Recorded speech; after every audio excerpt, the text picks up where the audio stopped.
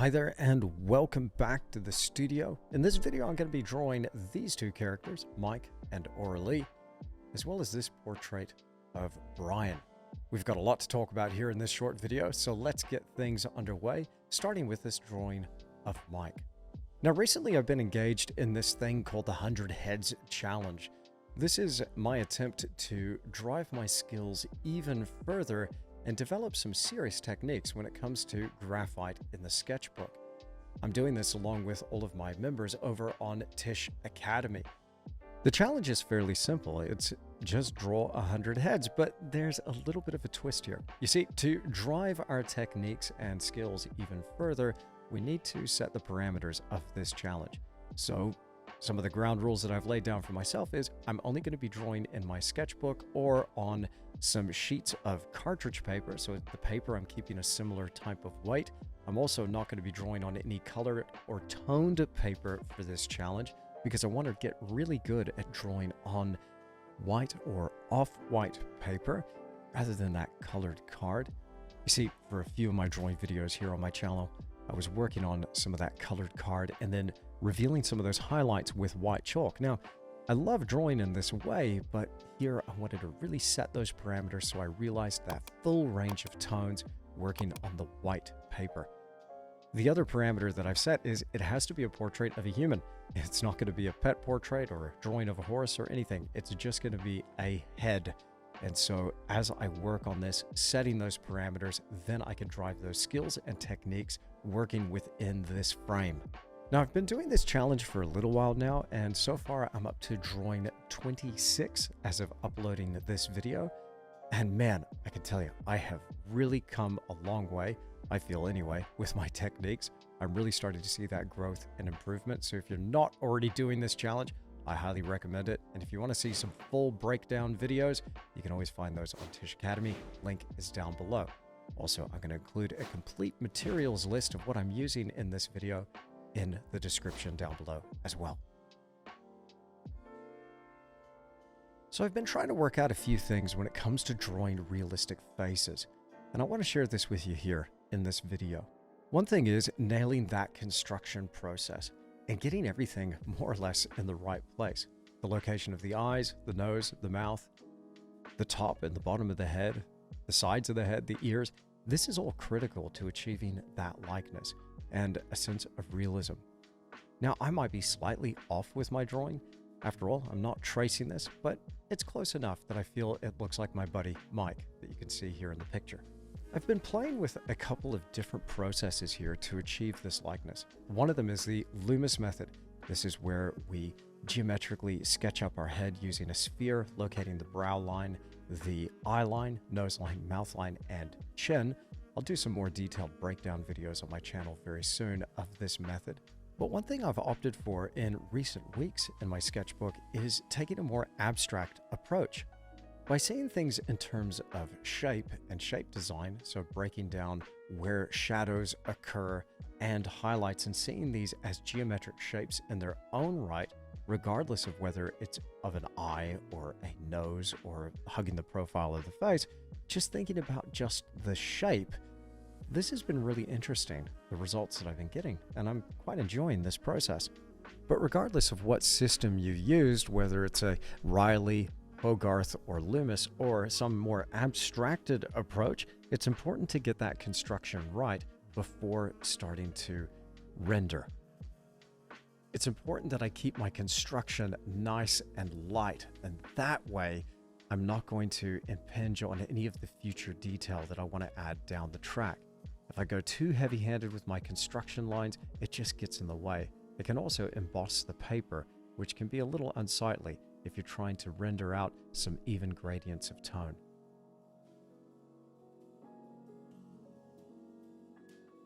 Well, there's my little sketch of Mike right here on the same page of the sketchbook. Let's start working on another drawing. And this time, I'm going to do a drawing of Aurelie. So to get those nice light construction lines, I'm only pressing very lightly, and I'm using an H pencil in this clutch pencil here.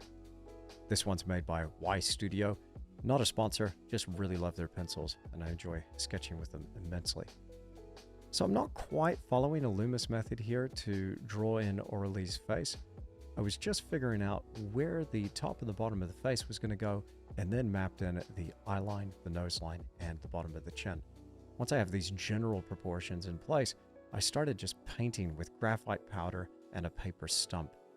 This is something I'm really enjoying working with at the moment.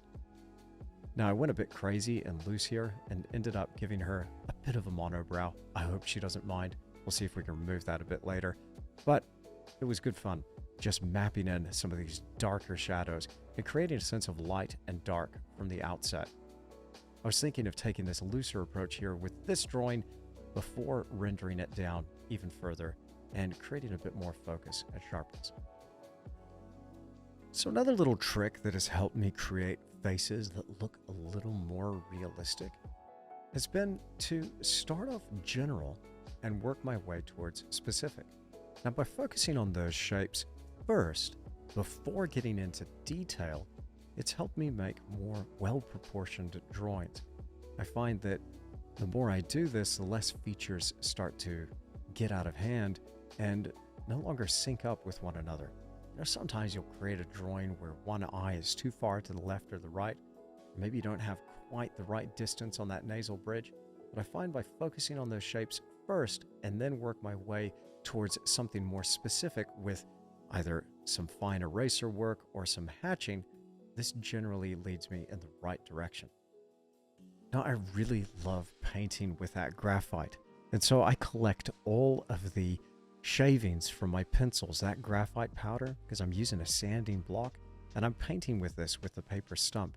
I really enjoy the way that paper stump impacts the page, and I can create these broad shapes of darker tone. And this is what I work back into with my hatching work and the Tombow Mono Zero eraser. That eraser has been an absolute game changer for revealing some highlights. This helps me achieve even more of a three-dimensional form, working in this two-dimensional medium.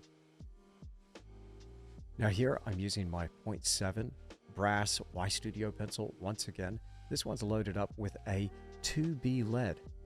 And this works really well for achieving some really deep tones. I particularly enjoy using this pencil when it comes to drawing the hair. I work simultaneously revealing some lighter highlights with the Mono Zero and then work back between these highlight strands of hair with my pencil, creating more depth and dimension here. And for my third tip of creating realistic faces, it's using a full range of tones. Now, often when we're looking at our reference material, we've got that full range of tones present. We can see some really nice dark darks and some nice brilliant highlights. What I want is I want that full range from the white of the paper to as black as I can achieve. This helps things appear a bit more three-dimensional. So there's my little sketch of Aurelie. Let's move on to a bigger sketch now. This time we'll work on Brian and we'll talk about those three concepts in a bit more detail. By the way, if you like my reference material, you'll find full references over on Tisch Academy, along with the full version of this video. Once again, check it out by clicking that link in the description down below. So this time I was really meticulous with mapping in where the shadows of Brian were going to occur. I've got this soft light set up that's shining across his face, revealing some soft boundaries between the highlights and the shadow. Once I've constructed this, mapped it in pretty much where it's going to go all in with that paper stump and the graphite powder. Now initially I'm just painting with that graphite powder, trying to realize the form and get as close as I can with just this process first before going in with pencils and erasers. In recent weeks I've been playing with this process more and more and really enjoying the results. Now, I'm not saying this is the most unique or original way of drawing, but it's something that I've been really enjoying getting stuck into. And this has been the result of a process called deliberate practice, something that I've learned about by reading James Clear's book, Atomic Habits, and also Cal Newport's book called Deep Work. I'm always listening to audio stuff while I'm drawing and painting. and trying to expand my mind as well as my techniques. But the concept of deliberate practice is pretty simple. You basically force yourself into a bit of a pressure situation, but you limit the parameters of what it is that you're involved in. So first up, I try to carve out some deep work sessions. This is distraction-free time that I can focus and concentrate fully on the task to achieve some sort of meaningful progress. I make this part of my daily routine, so I show up every single day at the same time and try and keep this as consistent as possible. Repetition is absolutely essential. Now, I then try to break down that skill into subcomponents. Now, I'm thinking about different aspects of the drawing process and trying to, again, limit the parameters, but then break it down into individual parts, from my construction lines to the realizing the bigger shapes and the smudging technique with the graphite and the paper stump, to even the rendering with the mechanical pencils and the drawing out of that mono zero eraser. Each and every aspect of this process is something that I'm thinking about, focused on, and trying to drive even further. I then try to target specific areas that feel weak to me, and I continue to work on those and adjust my approach, evaluating as I go. But the whole idea of the challenge, the overall scope of this challenge being the 100 Heads challenge, helps me stay engaged, and it helps me avoid that stagnation and getting bored, because I've got that continued pressure on myself to try and achieve my goal. It keeps me showing up day after day. And so here with this drawing of Brian, I've been fully engaged in that practice, deliberate practice, trying to push the skills and techniques even further. I expand on this a whole bunch in that full version, but you already know about that. Again, click that link in the description down below. But here in this drawing, I've been focused really on those three things: those initial construction lines and getting those shapes just right, starting off general before working my way towards specific, and then trying to realize that full range of tones to create something that has three-dimensionality, volume, and achieves that realism. Now, I'm only about a quarter of a way through this whole challenge. Got a few drawings to go, 74 to be exact. But I'm really enjoying the process so far, and I'm getting a ton out of it. If you haven't tried this already, I highly recommend doing the 100 Heads challenge. You don't have to be a member of the Academy to do this. You could just do this in your own time. But the challenge is very simple. Set those parameters, draw 100 heads, try and limit the scope of the materials that you're using so you can really drive that skill acquisition in a particular area. The more you narrow this down, the more you'll see that growth. I'm really enjoying seeing those results so far. And again, I've been blown away by how far my drawings come after just 26 drawings. Now, 100 might sound like a lot, and trust me, it's a pretty big task, but it's not unachievable. You think about it and break it down, especially if you make it part of your daily routine. I'm often asked about how long some of these drawings take, and it can take anywhere between 1 to 5 drawing sessions to achieve a portrait like this. It really does depend on subject and size. So based on that kind of speed, I anticipate that it will take me a few more months before I can finish off this challenge. But that's okay. I'm happy to put in the time. I'm certainly enjoying the process, and I hope that you've enjoyed watching this video. And maybe you've come away with an idea or two. Maybe I've inspired you in some way. If that has been the case, then please do me a huge favor. Click that like button. Leave me a comment down below and make sure you're subscribed to this channel.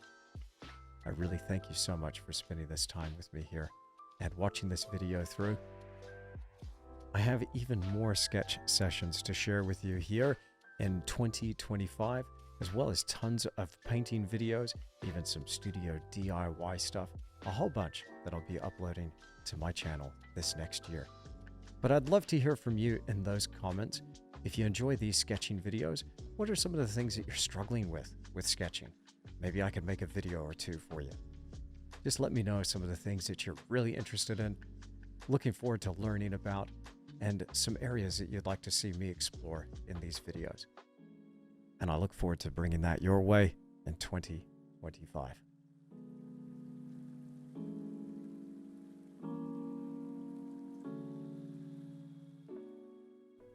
Well, there is my drawing of Brian. Thanks so much for tuning in. I'll see you again in the next video.